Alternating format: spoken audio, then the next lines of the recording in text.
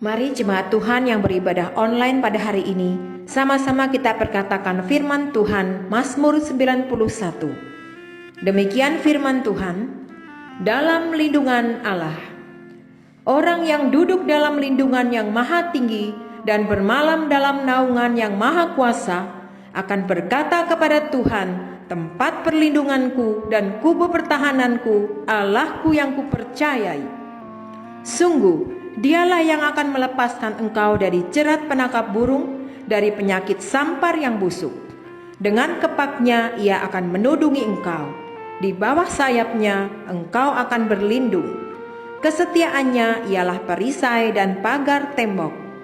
Engkau tak usah takut terhadap kedahsyatan malam, terhadap panah yang terbang di waktu siang, terhadap penyakit sampar yang berjalan di dalam gelap, terhadap penyakit menular yang mengamuk di waktu petang.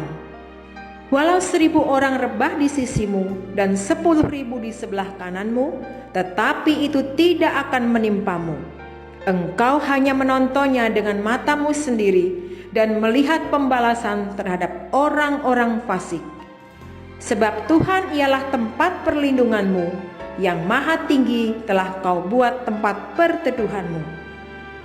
Malapetaka tidak akan menimpa kamu, dan tulah tidak akan mendekat kepada kemahmu. Sebab malaikat-malaikatnya akan diperintahkannya kepadamu untuk menjagai engkau di segala jalanmu. Mereka akan menatang engkau di atas tangannya, supaya kakimu jangan terantuk kepada batu. Singa dan ular tedung akan kau langkahi, engkau akan menginjak anak singa dan ular naga. Sungguh hatinya melekat kepadaku, maka aku akan meluputkannya. Aku akan membentenginya, sebab ia mengenal namaku. Bila ia berseru kepadaku, aku akan menjawab. Aku akan menyertai dia dalam kesesakan. Aku akan meluputkannya dan memuliakannya. Dengan panjang umur akan kukenyangkan dia, dan akan kuperlihatkan kepadanya keselamatan daripadaku. Amin. Puji nama Tuhan, selamat pagi, shalom. Sekali lagi shalom, haleluya. Saya percaya ada sukacita yang besar di rumah-rumah, dimanapun Bapak Ibu Saudara berada saat ini, amin. Baik Bapak Ibu, puji nama Tuhan. Sebelum kita menyenangkan hati Tuhan dan menyembah Tuhan, mari kita bersepakat sehati di dalam doa. Bapa kami yang ada di sorga, kami mengucap syukur buat penyertaan, buat kasih setia Tuhan yang begitu ajaib dalam hidup kami. Sebentar kami akan menyenangkan hati-Mu Tuhan. Berkaryalah, berdaulatlah atas setiap kami Tuhan. Urapan-Mu, kuasa-Mu menaungi setiap kami dimanapun kami berada. Ketika pujian penyembahan dinaikkan, kami percaya ada mukjizat yang besar yang boleh kami alami di dalam hidup kami. Kami mau responi hadirat Tuhan pagi hari ini dengan hati yang bersuka, dengan hati yang menyembah. Mari setiap kita yang sepakat memuji dan menyenangkan hati Tuhan, sama-sama katakan amin, haleluya. Yang diberkati sepanjang hari ini, lambaikan tanganmu, berikan tepuk tangan buat Tuhan, haleluya. Berkati Allah tak pernah berkesudahan, selalu baru rahmat-Nya setiap pagi. Yang sepakat katakan amin. Kasih Allah tak berkesudahan, selalu baru setiap pagi. Rahmat-Nya pun tak pernah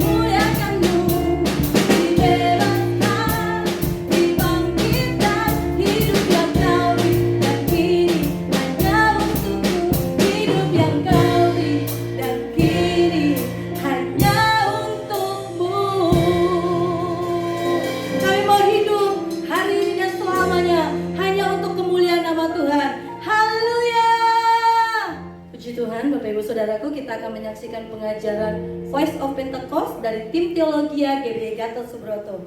Tuhan Yesus memberkati.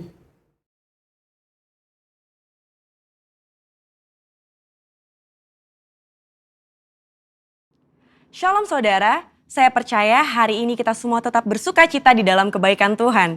Pesan Tuhan yang menjadi tema di tahun 2021 menegaskan bahwa tahun ini adalah tahun integritas. Hal ini berarti kunci kemenangan di tahun ini terletak dari integritas seorang Kristiani dalam segala aspek kehidupannya.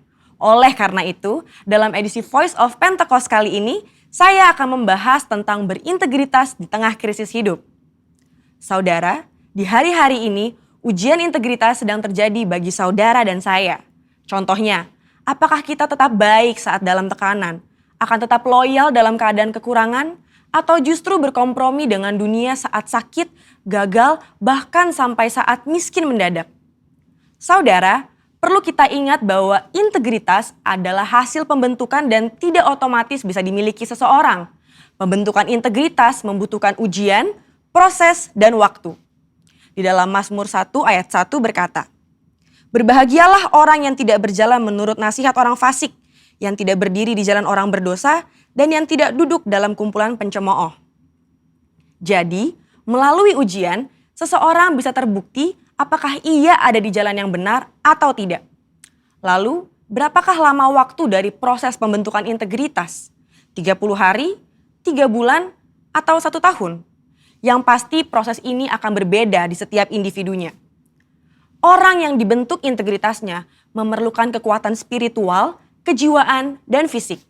Asupan ini diperlukan di awal proses, di tengah ujian, hingga akhirnya menjadi pemenang untuk berbuah.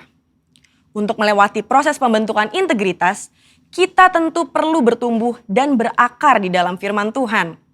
Saudara, penting untuk kita memperhatikan akar dari kehidupan kita. Di dalam Mazmur 1 ayat 1, pemazmur menggambarkan hidup seseorang yang benar, yaitu orang yang tidak tergoda untuk berkompromi dengan nilai kefasikan, dosa, bahkan kumpulan pencemooh. Tentunya nilai ini dilakukan karena seseorang ini berakar di dalam firman Tuhan. Seseorang yang berakar di dalam Tuhan pasti memiliki kualitas integritas. Lalu, apa resep untuk memiliki kualitas integritas? Sesuai dengan Mazmur 1 ayat 2, kita harus menjadikan Taurat itu kesukaan dan merenungkan Taurat itu siang dan malam. Kata kesukaan dan merenungkan firman Tuhan menggambarkan hubungan yang dimiliki orang berintegritas dengan Tuhan. Mazmur 1 ayat 3 berkata, "Ia seperti pohon yang ditanam di tepi aliran air, yang menghasilkan buahnya pada musimnya dan yang tidak layu daunnya. Apa saja yang diperbuatnya berhasil." Untuk hidup, jelas sebuah pohon membutuhkan air. Namun, betapa beruntungnya pohon yang ditanam di tepi aliran air. Ia tidak membutuhkan waktu lama dan usaha besar untuk akarnya mencari air. Kesukaan dan merenungkan firman-Nya siang dan malam merupakan gaya hidup orang berintegritas. Hal ini digambarkan dalam Mazmur 1 ayat 2 dan 3. Dikatakan gaya hidup karena hal ini dilakukan setiap hari. Apakah mungkin gaya hidup terbentuk begitu saja? Jawabannya adalah tidak. Hal ini dimulai dari cinta mula-mula. Namun orang benar perlu membangun disiplin rohani dan memelihara cintanya. Disiplin rohani dalam pembacaan dan perenungan firman Tuhan menunjukkan gaya hidup orang berintegritas. Seperti pohon yang bertumbuh dan berakar di tepi aliran air, akan mudah untuk bertumbuh dan berbuah. Demikian digambarkan gaya hidup orang yang berintegritas, yang kesukaannya ialah merenungkan firman Tuhan siang dan malam. Dalam Yohanes 15 ayat 7 dan 8 berkata, "Jikalau kamu tinggal di dalam aku dan firmanku tinggal di dalam kamu, mintalah apa saja yang kamu kehendaki dan kamu akan menerimanya. Dalam hal inilah Bapa-Ku dipermuliakan, yaitu jika kamu berbuah banyak dan dengan demikian kamu adalah murid-murid-Ku." Di ayat ini, Yesus menjelaskan hubungan sebab akibat yang erat antara gaya hidup merenungkan firman dengan berbuah dalam kehidupan. Apa buah yang diinginkan Tuhan dihasilkan oleh setiap umatnya? Buah-buah yang Tuhan ingin kita hasilkan adalah buah pertobatan, buah kehidupan, buah karakter, dan buah jiwa-jiwa. Selain itu, apa dampak lain dari tertanam di tepi aliran air? Dalam Mazmur 1 ayat 3 menjelaskan dengan tidak layu daunnya. Hal ini sama dengan kita memiliki daya tahan yang tinggi terhadap berbagai situasi kehidupan. Situasi sulit dan krisis hidup bisa datang kapan saja. Saat ini kita sedang mengalami pandemi COVID-19 dan resesi ekonomi. Situasi ini dapat mengganggu integritas seorang untuk kompromi dengan dosa, untuk menyakiti sesama, putus pengharapan, bahkan tidak lagi percaya kepada Tuhan. Lewat pemazmur, Tuhan hendak mengatakan kepada kita bahwa dari hubungan seseorang dengan Tuhan lewat gaya hidup cinta akan firman Tuhan bukan hanya agar kita berbuah, tapi juga agar kita tetap berintegritas. Di mata Tuhan, orang seperti ini dipandang dan dijanjikan apa saja yang ia perbuat berhasil. Saya percaya kita yang sudah mendengar ini akan semakin memperhatikan akar kita, perhatikan gaya hidup kita, dan perhatikan hubungan kita dengan firman Tuhan. Saudara, untuk penjelasan yang lebih lanjut dari tim teologi kami, silakan klik link yang ada di atas atau scan QR Code yang tersedia. Salam integritas, Tuhan Yesus memberkati.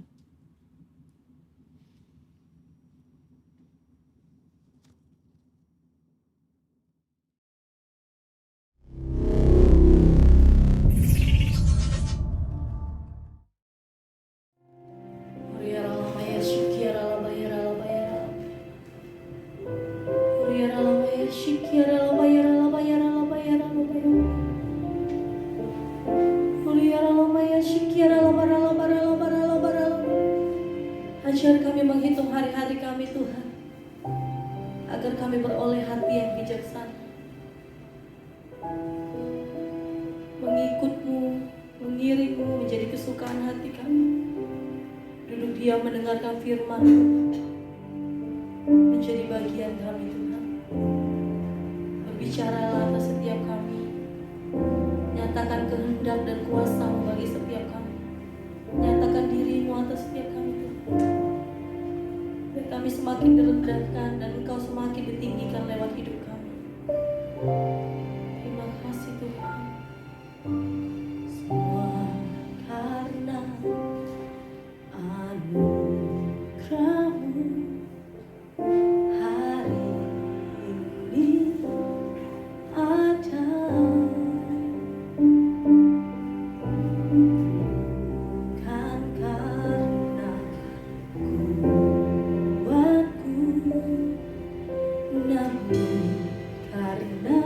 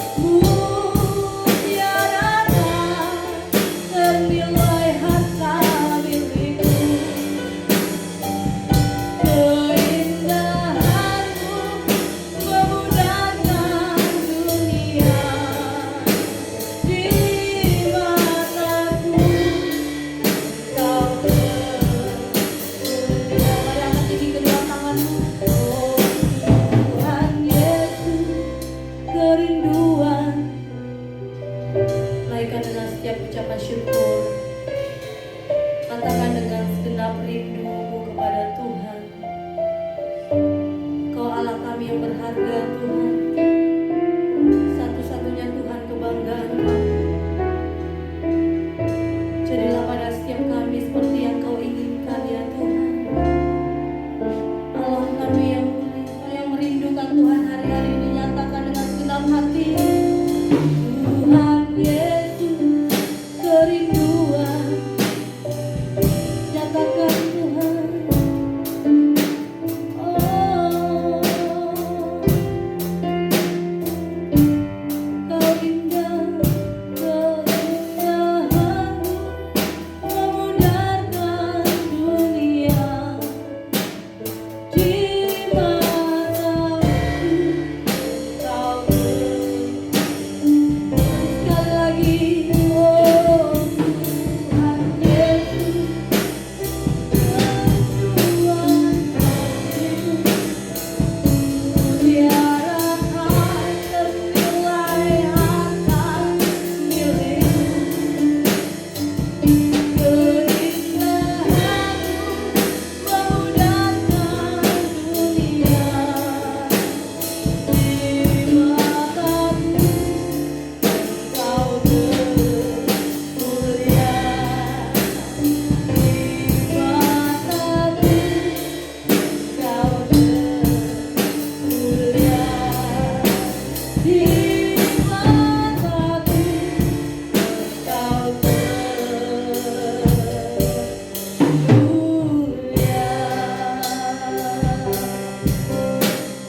Haleluya, haleluya, haleluya, haleluya. Ya Rabba shikara Rabba ya Rabba ya Rabba. Kira Rabba ya Rabba shana Rabba ya Rabba ya Rabba. Oh Rabba ya Rabba Rabba Rabba Rabba. Terima kasih Bapa di surga.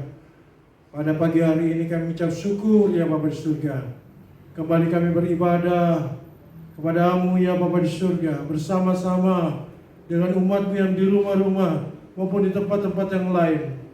Tuhan, kami percaya Tuhan, 2-3 orang berkumpul di dalam nama Tuhan Yesus, Engkau hadir di tengah-tengah kami. Ampuni segala dosa dan pelanggaran kami Tuhan Yesus. Kami percaya Tuhan Yesus, Engkau pasti akan memberkati kami. Yang lemah akan berkata, aku kuat. Yang berbeban berat aku berkata, bahwa aku mengalami kelegaan di dalam nama Tuhan Yesus. Bahkan yang sakit akan berkata, aku sembuh oleh bilur darah Yesus Kristus. Terima kasih Bapa di surga. Terima kasih, urapi hamba-Mu yang tidak apa-apanya ini dengan kuasa Roh Kudus, supaya hamba-Mu ini dapat menyampaikan pesan firman Tuhan, dan firman Tuhan yang ditabur dapat berakar, bertumbuh dan berbuah. Nama Bapa di surga dimuliakan. Terpujilah nama Tuhan Yesus kekal selama-lamanya. Semua yang percaya katakan amin. Haleluya, haleluya. Shalom, shalom, shalom. Apa kabar Bapak Ibu Saudara? Haleluya, tanpa terasa kita sudah memasuki bulan kelima, yaitu bulan Mei tahun 2021. Tanpa kita sadari bahwa kami bisa melewati hari demi hari sampai hari ini. Ebenezer, Allah menolong kami.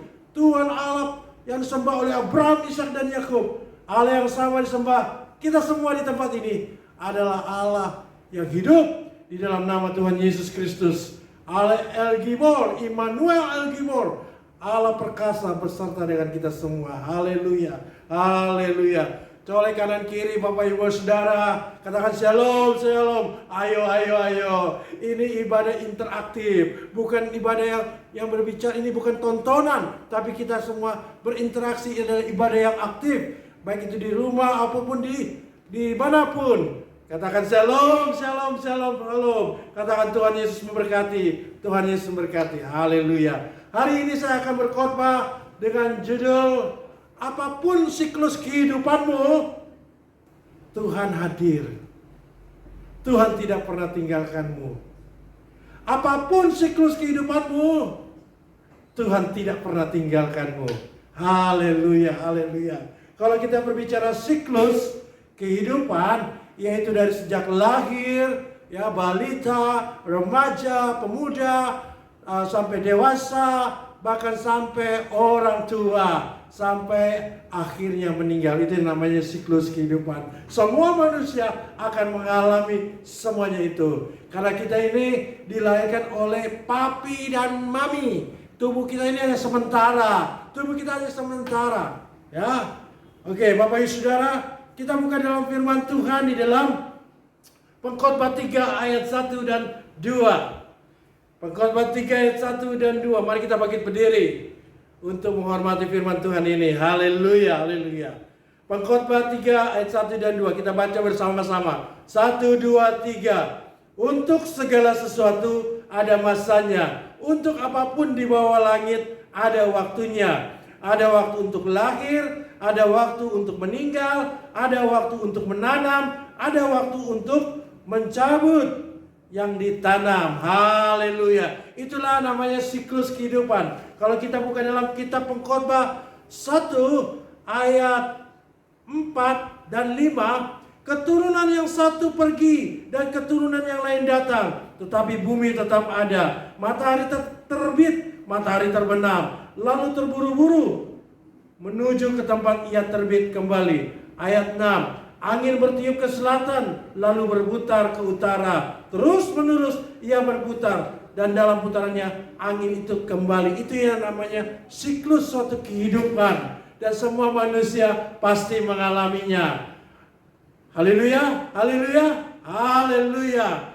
Dalam siklus kehidupan ini, kita pasti tidak ada di dalam dunia ini langsung besar, tapi melalui proses kelahiran. Pasti kita punya mama, punya papa, punya orang tua. Haleluya. Itu yang namanya siklus awal. Ada satu kelahiran. Kalau kita baca di dalam Kejadian 21 ayat 3, ya, di situ kelahiran Ishak. Nah, mari kita buka firman Tuhan, ya. Kejadian 21 ayat 3. Itu siklus kelahiran seorang yang bernama Ishak. Bapak Ibu Saudara tahu, Ishak itu papi dan maminya adalah Abraham dan Sarah. Saat kapan Ishak itu lahir? Yaitu saat Abraham berusia 100 tahun.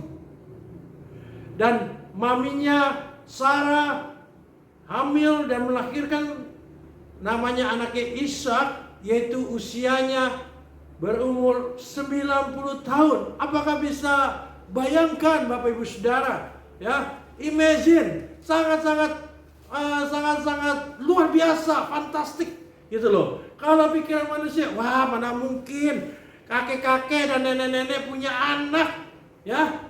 Saya tidak bisa bayangkan, ya, seorang nenek-nenek umur 90 tahun, dia itu berbadan dua, artinya sedang hamil. Makanya pada saat anaknya lahir, Sarah begitu bangga, ya, karena punya anak dan bermain dengan, ya, namanya Ismail satu lagi, ya, karena dari, ya, itulah yang namanya manusia, ya, Abraham, karena tidak percaya, ya, kurang percaya janji Tuhan, sehingga Sarah membisik-bisik, udahlah, kita tidak mungkin punya keturunan, sehingga akhirnya karena akibat keputusan yang salah, keputusan manusia yang salah, sehingga lahirlah yang namanya Ismail. Sesungguhnya itu tidak diinginkan oleh Abraham dan Sarah, tapi keputusan yang salah. Mungkin ada di antara Bapak Ibu Saudara yang mengikuti ibadah ini, ya, adalah seorang anak yang dilahirkan tidak tahu papanya siapa, mamanya siapa. Bukan itu permasalahannya Bapak Ibu Saudara. Bukan itu soal permasalahannya siklus kehidupan, karena saya lahir tidak punya papa dan mama. Sampai hari ini saya sudah besar, sampai hari ini saya tidak tahu. Saya temukan anak-anak jalanan yang mengalami seperti itu. Tapi saya katakan sama mereka, bukan soal engkau bagaimana bisa lahir. Persoalannya bahwa sekalipun manusia mengambil suatu keputusan yang salah, tapi Tuhan tetap hadir. Tuhan tidak pernah tinggalkan Bapak Ibu Saudara. Amin. Itu proses kelahiran seorang Ishak. Ya, Ishak saat ini memang dilahirkan karena perkenanan Tuhan. Ya. Kita baca Kejadian 21 ayat 3. Demikian firman Tuhan. Abraham menamai anaknya yang baru lahir itu Ishak, yang dilahirkan Sarah baginya. Sarah pada saat itu usianya berumur 90 tahun. Ya, Bapak Ibu Saudara. Itu yang namanya proses kelahiran. Apapun siklus proses kelahiran Bapak Ibu Saudara, mungkin kedua orang tuamu tidak menginginkan engkau dilahirkan sehingga orang tuamu sempat berusaha untuk mengaborsi, tapi akhirnya dilahirkan. Sehingga engkau mengalami penolakan dalam satu proses kelahiranmu. Tuhan tidak pernah tinggalkan engkau. Amin. Tuhan tidak pernah menolak engkau. Amin.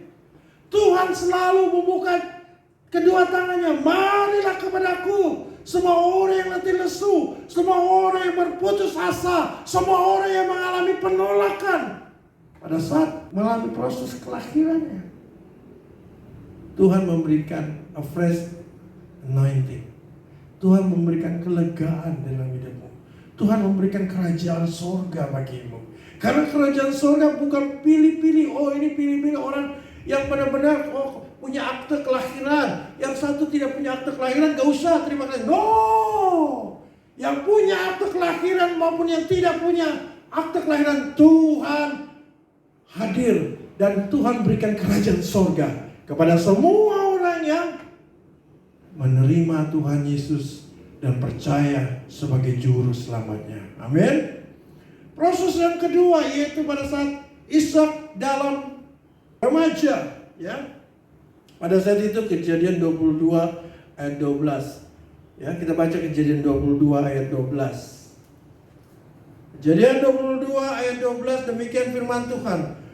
Lalu ia berfirman, jangan bunuh anak itu, dan jangan kau apakan anak itu, sebab telah ku ketahui sekarang bahwa engkau takut akan Allah. Engkau tidak segan-segan untuk menyerahkan anakmu yang tunggal kepadaku. Ini kata Allah pencipta langit dan bumi kepada Abraham karena ketaatan Abraham. Padahal Ishak itu adalah anak yang dikasihi, anak satu-satunya, anak yang tunggal, yang sangat diharap-harapkan. Tapi Tuhan menguji Abraham sebagai orang tuanya, sebagai orang tua dari Ishak.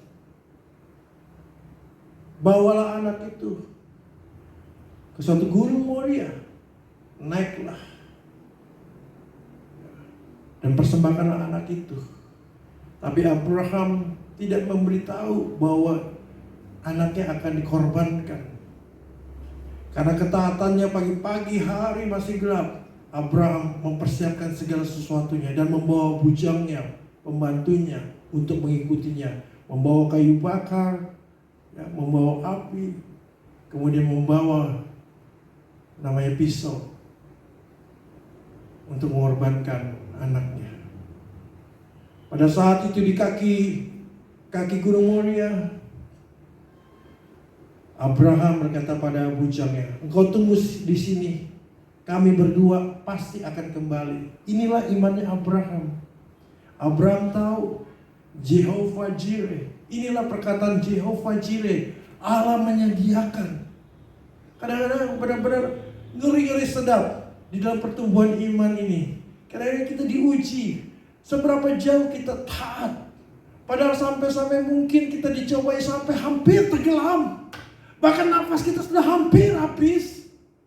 Tapi Tuhan lihat uji, apakah engkau benar-benar sungguh beriman padaku. Sekalipun siklus kehidupanmu selama remaja, engkau mungkin tidak melihat seorang orang tuamu tidak takut akan Tuhan, tidak seperti Abraham. Tapi percayalah, Bapa di surga adalah Bapamu, Bapa yang baik. Bahkan dia berfirman, dari sejak kandungan rahim ibumu, aku sudah merajut engkau, aku sudah membentuk engkau, bahwa engkau lah anakku kasihi. Bapak Ibu Saudara, percayalah pada saat engkau lahir, pada saat engkau bertumbuh di remaja, itu adalah saat-saatnya seorang remaja mencari identitas diri. Who am I? Percayalah hai engkau remaja, di dalam siklus engkau, di dalam proses dalam remaja, engkau dikasihi Tuhan. Janganlah merasa rendah karena engkau muda, kata Rasul Paulus. Tapi jadilah teladan di dalam kehidupanmu, di dalam perilaku hidupmu, dalam ucapanmu, dalam kekudusanmu. Itu ajaran yang dimana Roh Kudus memberikan hikmat pada Rasul Paulus supaya anak-anak muda jangan merasa rendah karena engkau muda. Karena pada saat itu Rasul Paulus memiliki anak rohani, yaitu bernama Timotius. Dia berkata pada Timotius yang masih muda, jangan kau merasa rendah, jangan minder. Apapun keadaanmu, kau harus percaya diri, aku menyertai engkau, kata Tuhan. Immanuel. Amin. Amin. Dan dalam siklus kehidupan itu, dalam siklus remaja, itulah menentukan di mana engkau memiliki roh takut akan Tuhan. Keteladanan seorang orang tua memberikan iman kepada anak-anaknya. Itu penting sekali. Itu penting. Tidak hanya marah-marah kepada anak-anaknya, tapi berikan teladan kepada anak-anaknya. Mungkin engkau hai remaja, hai pemuda, hai engkau generasi Jeremia, mungkin kau tidak melihat keteladanan dari orang tuamu. Janganlah engkau marah kepada orang tuamu. Berdoa supaya orang tuamu bertobat. Percayalah supaya Tuhan turun tangan dan digenapi firman Tuhan. Hati bapak-bapak turun kepada anak-anaknya. Hati orang tua turun kepada anak-anaknya. Demikian juga hati anak-anak turun menyentuh hati kepada bapaknya. Ada kesatuan hati, unity di dalam keluarga. Ini penting sekali. Haleluya. Haleluya. Siklus yang ketiga, yaitu di mana Ishak bertumbuh dewasa. Nah, ini penting sekali, ya. Abraham sebagai orang tua mengintervensi bagaimana mencari mantunya yang memiliki roh takut akan Tuhan. Sehingga kita baca ya dalam Kejadian 24 ayat 7. Inilah siklus di mana Ishak menjumpai pasangannya. Kejadian 24 ayat 7 kita baca dulu. Haleluya, haleluya. Demikian firman Tuhan. Tuhan Allah yang mempunyai langit, yang telah memanggil aku dari rumah ayahku, serta dari negeri sanak saudaraku, dan yang telah berfirman kepadaku, serta yang bersumpah kepadaku, demikian. Kepada keturunan mulai akan kuberikan negeri ini.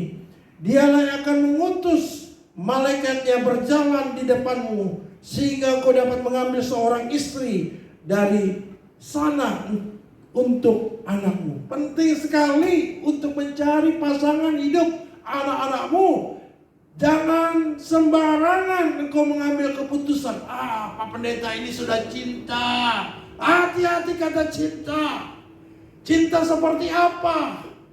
Apakah sudah sepadan? Artinya engkau seiman dengan calon pasanganmu. Itu penting. Jangan sampai karena kesalahan satu ambil keputusan sehingga akibatnya sepertinya aduh menyesal aku. Tidak boleh. Harus minta Tuhan ikut campur di dalam mengambil keputusan ini. Jangan sampai salah ambil keputusan. Amin. Ini penting sekali untuk menentukan pasangan hidupmu di dalam siklus pada saat engkau sudah dewasa. Dan tidak mungkin engkau seorang diri sendiri. Karena Tuhan berfirman tidak baik hidup seorang diri. Makanya Tuhan memberikan seorang penolong kepada Adam, yaitu Hawa.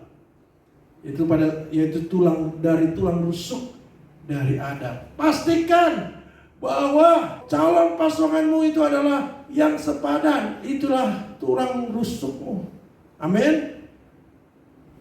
Pertanyaannya, Pak Pendeta, saya sudah salah ambil keputusan. Yang kupilih bukan apa yang kehendak Tuhan. Dan saat ini sudah beranak pinak. Bagaimana nih Pak Pendeta? Apapun siklus kehidupanmu, di dalam keluargamu, Tuhan tidak pernah tinggalkanmu. Amin. Berdoa untuk pasanganmu yang belum bertobat, yang belum menerima Tuhan Yesus. Layani dia. Percayalah pada saat engkau memiliki kasih Kristus di dalam hidupmu. Ya, pada saat engkau memiliki kasih Kristus, saya yakin dan percaya Allah tidak pernah tinggal diam. Allah tidak pernah membiarkan kau sendiri. Tuhan akan intervensi dalam kehidupanmu. Sekalipun siklus kehidupanmu yang kau ambil karena keputusan itu adalah salah. Tapi bukan berarti kita gampang saja, oh kalau begitu saya salah-salah aja. Pasti Tuhan tidak. Bukan itu. Bukan itu masalahnya. Ya. Kalau kau belum tahu apa-apa mengenai pengajaran ini, mengenai pengajaran bahwa dalam memilih suatu pasangan hidupmu, kau harus minta intervensi dari Tuhan. Pada saat Abraham, pada saat Ishak mencari pasangan hidupnya, yaitu namanya Ribka, Abraham minta intervensi dari Tuhan sehingga malaikat Tuhan menuntunnya. Amin. Bukan rasa-rasa emosi. Rasanya deg-degan nih. Rasanya ini pasangan hidupku yang cocok. Jangan begitu. Keputusan itu jangan ditentukan oleh emosi. Amin. Katakan kanan kiri. Keputusan itu jangan ditentukan oleh emosi. Amin. Tenang, diam, dan berdoa, minta tuntunan sama Tuhan. Apakah ini benar-benar pasangan hidupku atau tidak? Amin. Inilah namanya siklus kehidupan. Amin. Haleluya. Haleluya. Saya di dalam pelayanan anak jalanan banyak sekali kasus ini. Bahkan mereka sudah berpasangan, sudah menganggap merasa mereka itu sudah menjadi suami istri, padahal tidak ada akte nikahnya. Aduh. Kadang-kadang saya sebagai gembala kadang-kadang miris, maka sedih banget nih. Tapi mereka adalah manusia yang perlu dikasihan dan disayang. Karena Tuhan juga sayang mereka. Akhirnya saya ambil suatu keputusan bagaimana ya. Terus akhirnya saya ada suatu bimbingan pranikah lagi karena mereka sudah nikah. Saya tuntun mereka supaya mereka sungguh-sungguh percaya kepada Tuhan. Dan saya tanyakan apakah sudah dibaptis apa belum. Kalau belum dibaptis, maka engkau harus dibaptis. Kemudian paling tidak mungkin dalam waktu dekat, ya kalau dalam waktu dekat nanti saya minta sama hamba Tuhan yang lain, gembala yang lain, supaya mereka dinikahkan secara massal. Tapi bukan dari saya hanya pendampingan saja. Amin. Amin. Dan itulah supaya mereka itu dikuduskan dalam keluarganya, supaya anak-anaknya diberkati di dalam nama Tuhan Yesus Kristus. Ini penting sekali dalam siklus fase pernikahan, penting sekali. Amin. Sehingga di dalam pernikahan itu bukan siapa yang paling hebat, paling benar, ya paling pintar, tidak. Atau harus disamakan sifat-sifatnya, karena firman Tuhan katakan mereka menjadi satu, bukan menjadi sama. Amin. Di situ dikatakan mereka bukan dua lagi, tapi menjadi satu. Amin. Menjadi satu. Dari perbedaan menjadi satu. Amin. Berusaha untuk bisa saling mengerti, saling memahami. Dan dalam pernikahan itu tidak boleh paling egoisnya harus disingkirkan dulu. Amin. Amin. Dan disitulah namanya keluarga yang sungguh diberkati Tuhan. Sekali lagi, kalau seandainya siklus kehidupan di dalam pernikahanmu tidak sesuai dengan apa yang tuntunan Tuhan, yang tidak sepadan dengan Tuhan, berbeda ajarannya, engkau yang tahu kebenaran, kau harus mendoakan mereka. Jangan kau tinggalkan. Amin. Amin. Minta sama Tuhan, tuntunan sama Tuhan. Amin. Pak Pendeta dia itu orangnya kejam sekali, sukanya marah-marah. Amin. tetap sabar. Amin. Katakan sabar. Sabar. Katakan sabar. Haleluya, haleluya. Nah, siklus yang terakhir yaitu menjadi tua, kemudian meninggal. Ada kelahiran dan juga meninggal. Pada saat Sarah melahirkan Ishak, tapi Sarah tidak sempat melihat Ishak anaknya pernikahan dengan Ribka. Karena Sarah lebih dahulu meninggal di Hebron, itu dalam Kejadian 23 ayat 2. Kita baca. Kemudian matilah Sarah di Kiryat Arba, yaitu Hebron, di tanah Kanaan. Lalu Abraham datang meratapinya dan menangisnya. Salah satu pasangan yang sudah meninggal, Abraham pun merasa kehilangan. Dan ini siklus. Semua orang akan mengalaminya. Dia akan meratapinya dan menangis. Makanya pengkhotbah katakan, lebih baik ke rumah duka daripada ke rumah pesta. Karena di dalam rumah duka itu manusia diingatkan bahwa sekali waktu kita akan dipanggil Tuhan. Dalam siklus yang terakhir ini, itu kematian, apakah kita siap?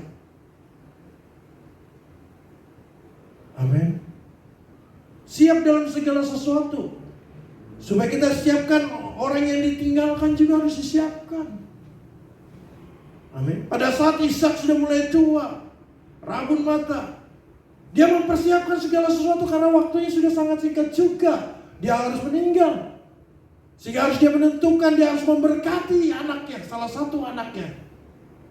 Akhirnya diberkatilah Yakub.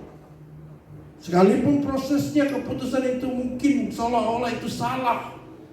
Tapi sesungguhnya dari sejak rahim, Ribka memiliki 2 anak kembar.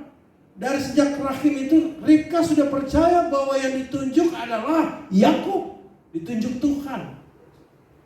Tapi yang namanya manusia kadang salah ambil keputusan. Ishak salah ambil keputusan, dia pikir adalah Esau yang dipilih Tuhan. Ya. Namun sesungguhnya adalah Yakub. Sekalipun prosesnya Ribka khawatir sehingga pakai segala cara, sehingga akhirnya turunlah berkat Tuhan dari Ishak yang sudah tua dalam lanjut usia itu kepada Yakub. Nah, proses siklus kehidupan yang terakhir ini, kematian, dialami juga oleh Abraham. Ya. Siklus kematian ini ada yang tidak dialaminya, yaitu Henok. Karena apa? Dia akrab dengan Tuhan. Sehingga Henok tidak mengalami kematian pertama, tapi terangkat ke sorga. Bapak Ibu Saudara, hari-hari ini kita tidak tahu ya. Karena firman Tuhan katakan dalam 1 Tesalonika 5, di situ katakan, pada saat sangkakala berbunyi, maka orang yang mati dalam Kristus, kuburannya akan terbuka dan terangkat ke sorga. Sesudah itu baru orang yang masih hidup, yang berkenan sama Tuhan seperti Henok, dia akan terangkat ke sorga. Siapakah itu? Nobody else yang tahu. Tidak ada yang tahu. Tidak ada seorang pun yang tahu. Apakah Bapak Ibu Saudara terangkat atau saya tidak tahu. Karena itu adalah hak prerogatifnya Tuhan. Tapi kita penting tahu bagaimana syarat-syaratnya kita untuk bisa terangkat. Kita meneladani, yaitu kepada Henok. Dia tidak mengalami kematian pertama. Ya, hidupnya akrab, intim dengan Tuhan. Dan orang yang seperti itulah yang terangkat ke sorga. Dan ini perlu dikhotbahkan juga, bukan persiapan bagaimana orang bisa terangkat ke sorga, tapi bagaimana orang yang tidak terangkat. Hamba Tuhan perlu juga harus menceritakan, mengajarkan kepada umatnya. Karena yang tidak terangkat pun banyak dan harus diajarkan. Kalau seandainya seorang hamba Tuhan tidak mengajarkan juga pada umatnya, bagaimana caranya kalau seandainya dia tidak terangkat? Betapa egoisnya hamba Tuhan itu. Selain bagaimana caranya, bagaimana kita terangkat, hamba Tuhan juga harus memberitakan bagaimana umat yang tertinggal. Kalau umat yang tertinggal dan tidak terangkat, yang pertama, dia harus naik ke gunung di tempat yang tinggi.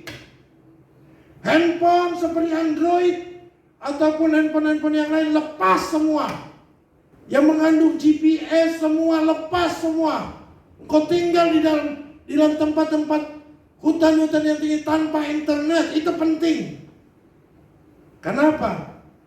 Karena yang namanya antikristus akan datang, yaitu 666, 666. Ya, Bapak Saudara. Saya tidak berharap jemaat Tuhan tidak terangkat, tidak. Saya berharap semua jemaat GBI Legend Suprapto CK9 terangkat ke sorga. Tapi tidak menutup kemungkinan mungkin ada yang tertinggal. Saya tidak pesan, lepaskan semua gadget maupun handphone maupun GPS yang berbau bahwa kok gampang posisimu di mana. Karena orang-orang yang pengikut Yesus, yang percaya pada Tuhan Yesus, yang tidak mau memakai angka 666 di dahinya, dia akan diubah dan dia akan dihukum mati. Haleluya. Ini penting sekali, dan itu namanya kekerasan dan penderitaan yang sangat-sangat luar biasa. Tanpa adanya simbol 666, engkau tidak boleh bertransaksi ekonomi kepadamu, kepada siapapun. Engkau tidak boleh memiliki ATM semua ke bank segala macam, gak boleh ke Alfa, gak boleh ke Indomaret tanpa ada tanda 666. Hati-hati. Tapi saya berharap jemaat GBI Legend Suprapto CK9 terangkat ke sorga. Amin. Kita berdoa supaya kita benar-benar bisa meneladani Henokh. Intim dengan Tuhan, dengar-dengaran dengan Tuhan. Orang yang intim dengan Tuhan tidak terlalu cepat menilai orang lain, tapi dia cepat menilai dirinya sendiri. Dan dia cepat untuk bisa menyenangkan orang lain, bukan minta menunggu diperhatikan. Jangan berharap kalau engkau masih egois, engkau terangkat. Jangan berharap engkau tidak punya beban untuk keselamatan pada orang lain dan engkau minta terangkat. Jangan berharap kalau engkau masih sombong, merasa engkau mungkin paling rohani, engkau mungkin terangkat. Jangan berharap. Tapi berintimlah, berharaplah kepada Tuhan. Berserahlah kepada Tuhan. Sebab tanpa roh pimpinan dan tuntunan Roh Kudus, kita tidak mungkin terangkat ke sorga. Karena cenderungan hati manusia itu menghasilkan kejahatan. Berserahlah kepada Tuhan. Biarlah setiap pagi engkau minta pertolongan. Ya Allah Roh Kudus, curahkan kuasa rohmu Tuhan di dalam batinku. Berikan hatiku yang selalu baharu, diperbaharui hari demi hari. Supaya dalam proses pengangkatan nanti siklus kehidupan ini, kita semua terangkat ke sorga. Kalau mungkin juga kita tidak melewati fase terangkat ke sorga, tapi kita mungkin lebih dahulu meninggalkan bumi ini. Meninggal karena mungkin sakit penyakit, tidak pernah sembuh-sembuh, sudah berdoa. Tapi percayalah, sekalipun siklus kehidupanmu mungkin saat ini sedang sakit, terpapar di rumah sakit, mungkin di ruangan ICU, tapi engkau tetap berharap sama Tuhan. Tuhan tetap hadir. Tuhan tidak pernah tinggalkanmu. Pada saat saya tanggal 24, itu masa kritis saya. Betapa saya dingin sekali. Pada saat malam Natal itu tahun 2020, saya terkapar.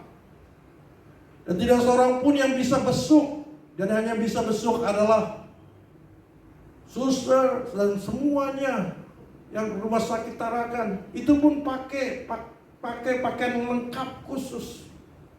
Tapi sekalipun kau mengalami kesendirian, Tuhan tidak pernah tinggalkanmu.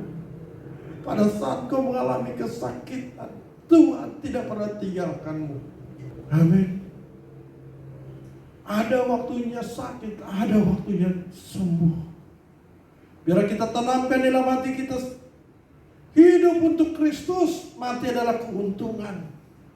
Kalau toh kami hidup, berarti kami harus bekerja menghasilkan buah. Mana yang harus aku pilih?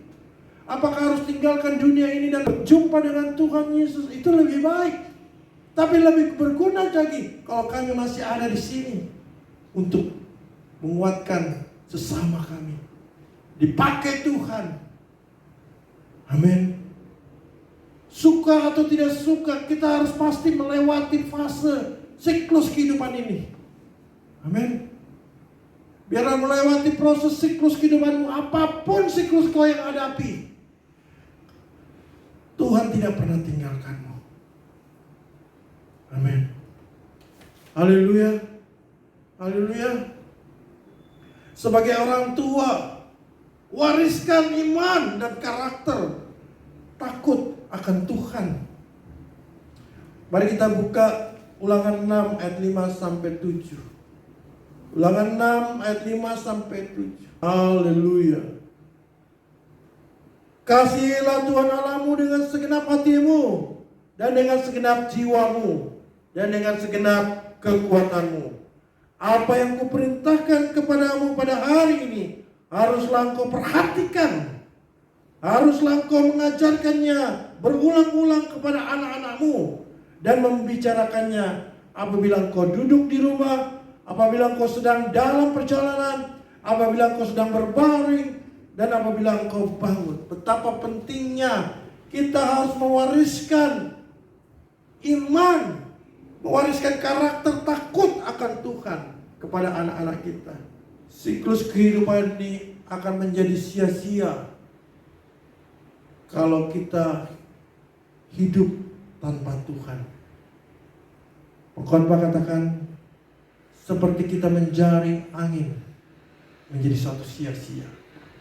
Sebab itu Bapak Saudara, mari kita andalkan Tuhan, berharap kepada Tuhan.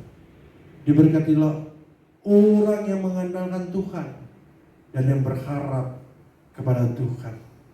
Haleluya, haleluya. Mari kita bangkit berdiri. Haleluya. Kita berdoa. Bapa di surga, Engkau yang melihat anak-anak-Mu Tuhan. Apapun siklus kehidupan anak-anak-Mu Tuhan Yesus. Mungkin ada yang kecewa kepada orang tuanya. Mungkin putus asa. Sepertinya tidak ada harapan. Mungkin pada saat dia sudah dewasa, sampai dia besar, dia tidak tahu siapa orang tuanya. Apapun keadaan siklus hidupmu, Tuhan tidak pernah tinggalkanmu. Mungkin pasangan hidupmu yang sering menekan engkau, Tuhan berikan kekuatan pada anak-anakmu ya Tuhan. Kau jagai keluarga anak-anakmu Tuhan. Bentengi keluarga anak-anakmu Tuhan dengan darah Yesus Kristus. Pada api si jahat yang mencoba merusak masa depan anak-anakmu, kami hancurkan, kami patahkan kuasa si iblis ini dalam nama Tuhan Yesus Kristus. Turun kiranya berkat Tuhan pada anak-anakmu Tuhan, yang berbeban berat mengalami kelegaan Tuhan Yesus. Curahkan damai sejahtera Allah yang melampaui segala akal pada anak-anak. Di dalam nama Tuhan Yesus Kristus. Kami berdoa Tuhan Yesus buat anak-anakmu yang saat ini sedang sakit Tuhan Yesus. Tuhan, kami minta belas kasihan-Mu, sembuhkan Tuhan Yesus. Oleh bilur darah Yesus Kristus sembuh. Di dalam nama Tuhan Yesus. Ya Rabba Shikara Laba Laba Laba Laba Laba Laba. Ya Rabba Laba Laba Laba Laba Laba Laba. Turun kiranya belas kasihan-Mu Tuhan. Di dalam nama Tuhan Yesus Kristus kami berdoa dan mengucap syukur. Semua percaya katakan amin.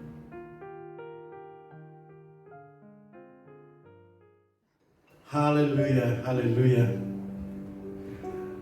Mari kita sehidangan dengan Tuhan Yesus Kristus di dalam sakramen perjamuan kudus. Siapkan roti dan anggur ya di rumah Bapak Ibu Saudara, di tempat di mana engkau berada. Kalau seandainya tidak ada roti, mungkin pakai crackers, roti crackers, dan juga mungkin kalau tidak punya anggur, siapkan teh. Haleluya, mari kita berdoa supaya perjamuan kudus ini mendatangkan berkat bukan kutuk, mendatangkan berkat, mendatangkan kesembuhan. Mari kita berdoa, minta ampun, minta dikuduskan dengan darah Yesus. Kuduskan kami ya Yesus, ampuni dosa-dosa kami, supaya kami berkenan di mata Tuhan Yesus Kristus yang hadir di dalam ibadah ini. Di dalam nama Tuhan Yesus, Engkau yang berfirman, jikalau engkau mengaku segala dosa-dosamu, Allah itu adalah setia dan adil. Dia akan mengampuni dari segala dosa-dosamu dan dari segala kejahatanmu. Amin. Mari minta ampun. Darah Yesus Kristus cukup untuk menyucikan dosa-dosa kami. Haleluya, haleluya, haleluya. Dalam nama Tuhan Yesus, dikuduskan kami semua. Darah Yesus Kristus menyucikan kami. Haleluya, haleluya, haleluya. Sebab setiap kali kamu makan roti dan minum cawan ini, kamu memberitakan kematian Tuhan sampai Yesus datang kedua kali. Mari kita angkat roti dengan tangan kanan kita tinggi-tinggi. Demikian firman Tuhan.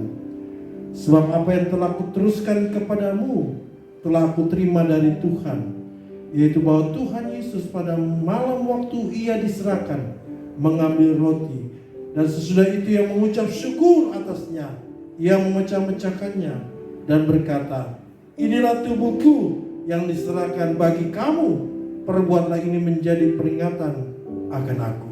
Kekasih Tuhan, bukankah roti yang kita angkat dengan tangan kanan kita tinggi-tinggi adalah persekutuan dengan tubuh Kristus? Katakan amin. Amin.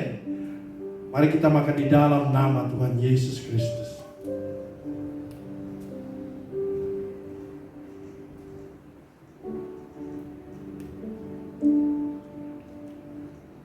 Haleluya, haleluya. Kita siapkan cawan anggur ini. Mari kita angkat dengan tangan kanan kita tinggi-tinggi. Demikian juga ia mengambil cawan sesudah makan lalu berkata, cawan ini adalah perjanjian baru dimateraikan oleh darah Yesus Kristus. Perbuatlah ini setiap kali kamu meminumnya menjadi peringatan akan aku.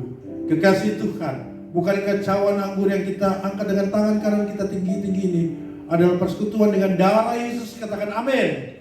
Mari kita minum di dalam nama Tuhan Yesus Kristus.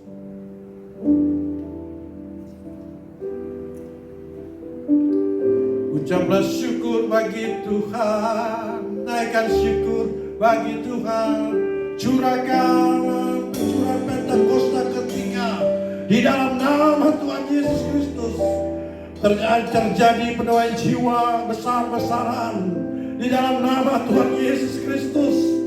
Di dalam nama Tuhan Yesus, ada kebangkitan generasi Yeremia. Generasi Yeremia dipenuhi oleh Roh Kudus, cinta mati-matian kepada Tuhan Yesus. Di dalam nama Tuhan Yesus, keturunan kami akan memiliki roh takut akan Tuhan, memiliki iman di dalam Yesus Kristus. Dan Curah Pentakosta ketiga akan mempersiapkan, menyelesaikan, mengalir dari timur sampai ke barat, dan akan menuntaskan amanat agung. Di dalam nama Tuhan Yesus kami bersyukur. Haleluya, haleluya, haleluya, haleluya, haleluya, haleluya. Terima kasih Yesusku, terima kasih Yesusku. Puji syukur hanya bagi Tuhanku. Terima kasih Yesusku, terima kasih Yesusku. Puji syukur hanya bagi Tuhanku. Puji syukur, puji syukur hanya bagi Tuhanku. Puji syukur, puji syukur hanya bagi Tuhanku. Haleluya, katakan haleluya, katakan haleluya. Amin. Haleluya. Apa yang dimaksud dengan Pentakosta ketiga? Pentakosta ketiga adalah pencurahan Roh Kudus yang dahsyat di zaman ini, melebihi yang terjadi di Azusa Street. Pentakosta ketiga akan mengakibatkan penuaian jiwa yang terbesar dan yang terakhir sebelum Tuhan Yesus datang kembali. Pentakosta ketiga akan membangkitkan generasi Yeremia, yaitu anak-anak muda yang dipenuhi Roh Kudus, cinta mati-matian kepada Tuhan Yesus, tidak kompromi terhadap dosa, dan akan bergerak untuk memenangkan jiwa. Pentakosta ketiga lahir di Indonesia dan bergerak ke bangsa-bangsa. Gerakan ini dari timur ke barat dan akan kembali ke Yerusalem. Pentakosta ketiga akan memberikan kuasa untuk menyelesaikan amanat agung, dan setelah itu Tuhan Yesus datang kembali. Mari Bapak Ibu Saudara, kita satukan hati kita untuk masuk dalam doa syafaat. Mari berdoa. Bapak, terima kasih, kami mengucap syukur buat segala kebaikan Tuhan. Engkau yang sudah memberkati ibadah kami dari awal, pertengahan sampai akhirnya. Dan kami percaya Engkau hadir di tengah-tengah kami. Engkau sudah melawat kami. Engkau sudah memberkati hidup kami. Tuhan, terima kasih. Hari ini kami berdoa buat bangsa dan negara kota kami. Para pemimpin bangsa, negara, dan kota kami. Dari pemimpin tertinggi negeri ini sampai yang terendah di daerah. Mulai dari Bapak Presiden Jokowi, Pak Maruf Amin, para menteri, gubernur, wali kota, bupati, camat, lurah, RT, RW, TNI, Polri, aparat hukum keamanan kami, anggota DPR, MPR kami, seluruh tenaga medis, para dokter. Kami berdoa, Tuhanlah yang menolong, memberkati mereka, memberikan mereka kemampuan untuk melakukan tugas dan tanggung jawab mereka. Kami berdoa buat proses vaksinasi nasional yang sedang berlangsung dan akan terus berlangsung. Tuhan tolong berkati sumber daya, berkati semua apa yang sedang diupayakan, biar sampai pada akhirnya negeri ini, bumi ini bebas, dipulihkan, akan kembali boleh menjadi penduduk yang tahu mengucap syukur dan takut akan Engkau. Tuhan, kami berdoa buat para pemimpin rohani kami. Kami berdoa buat Pak Gembala sedang kami Pak Niko dengan keempat wakil gembala. Kami berdoa buat Gembala CK9 Pak Sony Waflo. Dan kami berdoa buat seluruh gembala cabang ranting. Tuhan tolong, Tuhan berkati. Kau memberkati seluruh sidang jemaatmu, khususnya yang berdoa buat Gembala GBI Legend Suprapto. Kau memberkati Pak Gerrit, Kuning, dan seluruh anak-anak mereka, keluarga besar mereka, dan seluruh sidang jemaat yang Tuhan percayakan. Tuhan berkati dan pelihara hidup mereka sepanjang minggu ini. Biar apapun yang dilakukan umat-Mu, Tuhan berkati. Apapun yang dirindukan dan dikerjakan umat-Mu dan hamba-Mu, Tuhan sertai, Tuhan tolong. Terima kasih Tuhan, berkati hamba-hamba Tuhan yang sudah melayani. Berkati para pemusik, worship leader, doa syafaat, semua hamba-hamba Tuhan, semua seluruh sidang jemaat-Mu yang menyaksikan ibadah online ini. Tuhan memberkati mereka. Tuhan yang menolong dalam setiap pergumulan, dalam setiap kesusahan, dalam setiap keadaan dan situasi. Allah yang kami sembah adalah Allah yang sanggup. Terima kasih Tuhan, terima kasih. Berkatilah setiap persembahan yang dikumpulkan melalui nomor rekening GB Legend Suprapto, baik dalam persembahan, dalam bentuk persembahan umum maupun persepuluhan. Tuhanlah yang memberkati berlipat-lipat kali ganda. Terima kasih Tuhan. Terima kasih Tuhan. Ini doa kami. Segala puji, hormat, kemuliaan hanya bagi nama-Mu. Di dalam nama Tuhan Yesus kami berdoa. Aku punya Tuhan yang besar, yang telah berjanji dan sanggup menggenapi imanku. Bersepakat percaya kuasa-Nya, ku terima sekarang kemenangan darimu. Kiranya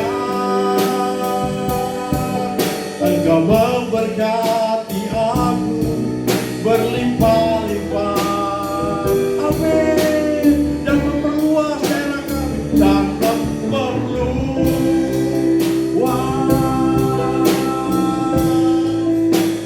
daerahku. Dan kiranya Tuhan, dan kiranya tangan-Mu menyertai aku dan melindungi aku, amin, daripada malapetaka, sehingga kesakitan tidak menimpa aku, sehingga kesakitan tidak menimpa aku, sehingga kesakitan tidak menimpa aku. Sorak-sorai, katakan haleluya, haleluya, haleluya. Kekasih Tuhan, biji mata Tuhan yang disayang oleh Bapa di sorga, Tuhan memberkati engkau, Tuhan melindungi engkau, Tuhan menyinari engkau dengan wajah-Nya dan memberikan kau kasih karunia, dan Tuhan menghadapkan wajah-Nya kepadamu dan memberikan kau damai sejahtera. Terimalah berkat damai sejahtera, sukacita, kasih karunia dari Bapa Sorgawi melalui putranya Yesus Kristus. Pertolongan, penghiburan yang manis dan kuasa Allah Roh Kudus menyertai engkau, memimpin engkau mulai hari ini, sekarang sampai kedatangan Tuhan Yesus datang kedua kali menjemput kita semua di awan yang permai. Maranatha, Maranatha, Maranatha. Dalam nama Tuhan Yesus, semua yang percaya katakan amin, haleluya. GBI Legend Suprapto mengucapkan selamat hari Minggu. Tuhan Yesus memberkati. Amin.